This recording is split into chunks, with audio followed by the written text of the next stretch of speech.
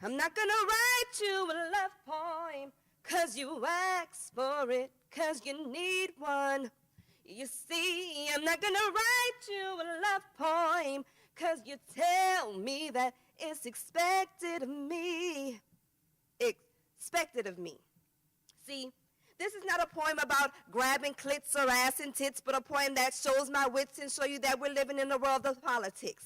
See, did you know that Jesse Jackson is an informant for the FBI and the CIA infiltrated our ABCs because by the age of 13, our government system knows how many penitentiaries to build for our future young black seeds? Huh, this shit is deep.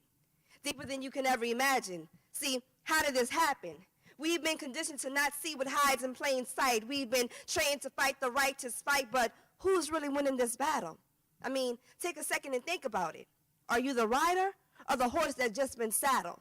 But yet like cattle, and that farmer's dog is just keeping us in rotation as we fight our invisible foe, the man.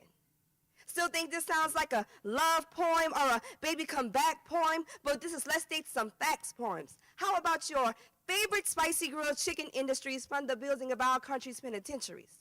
So the next time you're thinking you're buying a 3-piece combo at KFC, realize that you just put on the building of the new cell block D.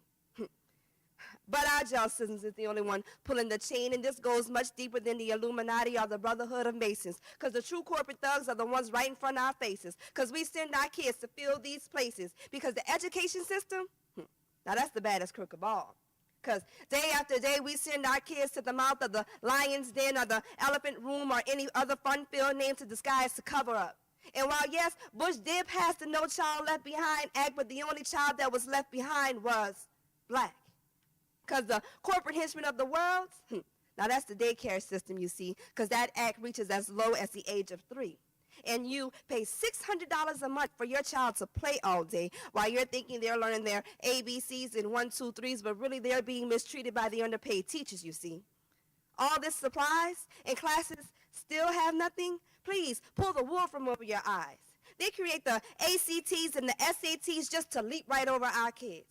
You will never get me to understand how a child can make straight A's all year long, but be held back because they failed one test.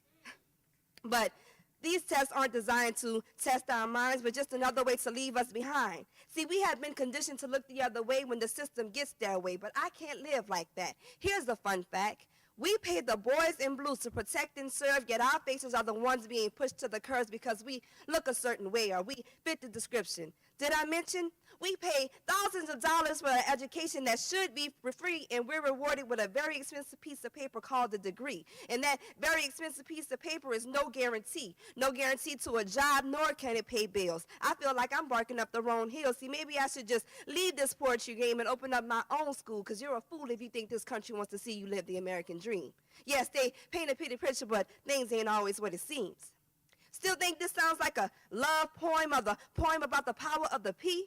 But this is about the power of she, me, one of the baddest poets. And notice, I didn't say one of the baddest female poets. I said one of the baddest poets. See, coming up in this self-proclaimed man's world, I'm that squirrel that just grabs your nut. And it's a must that I come 10 times harder. Because when you look at me, all you see is a cute face, slim waist, and a nice-ass afro puff. But I have to come just as tough and still retain a woman's touch.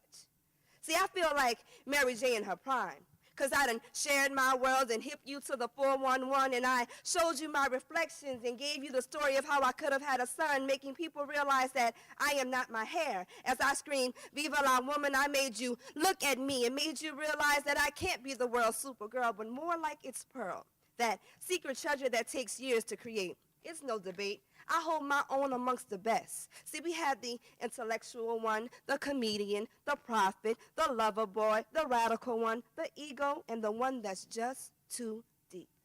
But I have the best of them all wrapped up in me. See, I break the barrier of any female poet's superstitions. Check logistics. See, if you break down the blueprint of this poetry game, you will realize that I am the secret to the theory that keeps this revolution afloat. See, I am Nubian Secret. And believe me when I say, I won't write you a love poem, 'cause you asked for it, 'cause you need one.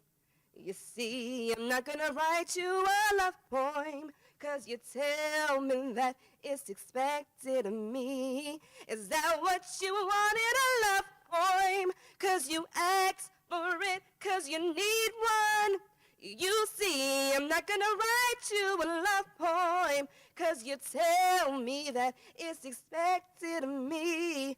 All that I can do is stay true to only me, and one day I believe that you would no longer expect of me to write you a love poem today.